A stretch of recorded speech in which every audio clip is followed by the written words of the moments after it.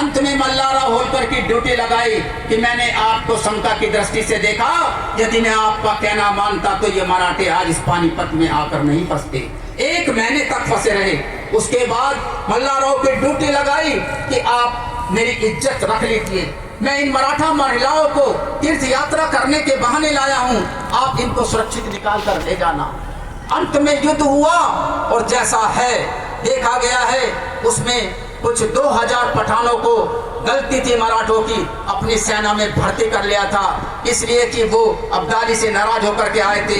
पहचान के लिए उनके सरों पर भगवा पट्टी बांध दी गई थी। एक योजना के तहत आए, जब उन्होंने देखा विश्वासराव को गोली लगी और भाऊ बीच लड़ाई में विलीन हो गया, पता नहीं लगी, भगदड़ मची, तो उन्होंने गेरुए पट्टे उतार कर पीछे डेरों पर हमला किया। फिर जो भगदड़ मची उसमें लगभग कहा जाता 1 लाख मराठे मारे गए। महाराष्ट्र का कोई घर नहीं बचा जिसमें योद्धा बलिदान नहीं हुए। मैं ये बताना चाहता हूँ, सुबह से लेकर दोपहर तक जो वीरता मराठों ने दिखाई, और उस लड़ाई में इतिहास में लिखा है कि 40,000 पठानों को मराठों ने काट भी दिया। मेरे भाई मुझसे पूर्व बोल रहे थे कि इतिहास में लिखा जाता है कि हम हारे, लेकिन हारे नहीं, जीते हैं। जीतने का मतलब खाली युद्ध जीतना नहीं होता। 40,000 पठानों को मार डाला। उसके बावजूद जब बचे हैं मराठे भरतपुर में इकट्ठे हुए, तो वहां पे 10,000 के करीब इकट्ठे हुए, और वहां से पता लगा अब्दाली दिल्ली गया।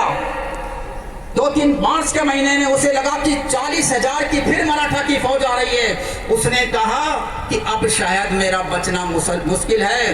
नजीब खान सबसे पहले भागा, अवध का नवाब भागा। अंत में अब्दाली भी 15 मार्च को यहाँ से छोड़ करके अपने अफगानिस्तान भाग गया। तो दोस्तों, जो जीतता है वो राज करता है, उसने राज नहीं करा। मराठों को जो ये कहते हैं हार गए थे, नहीं, फिर 1771 के बाद उन्होंने पूरे उत्तर भारत को जीता। उन पठानों को, उन रोहिलों को भी मार के उनको टैक्स लिया। ये आपका गौरवशाली अतीत है। जहाँ तक सवाल है कि हमारा मराठावाद क्या है, मराठावाद पूरे भारत के अंदर मराठों का जैसा गौरवशाली इतिहास है, उत्तर भारत में उनके मुकाबले का कोई नहीं है। मैं ज़्यादा समय नहीं लूँगा क्योंकि और वक्त है। इसी के साथ मैं अपनी बात को समाप्त करता हूँ, और मेरे साथ एक बात और जयकार लगाइए, बोले छत्रपति शिवाजी महाराज की। धन्यवाद।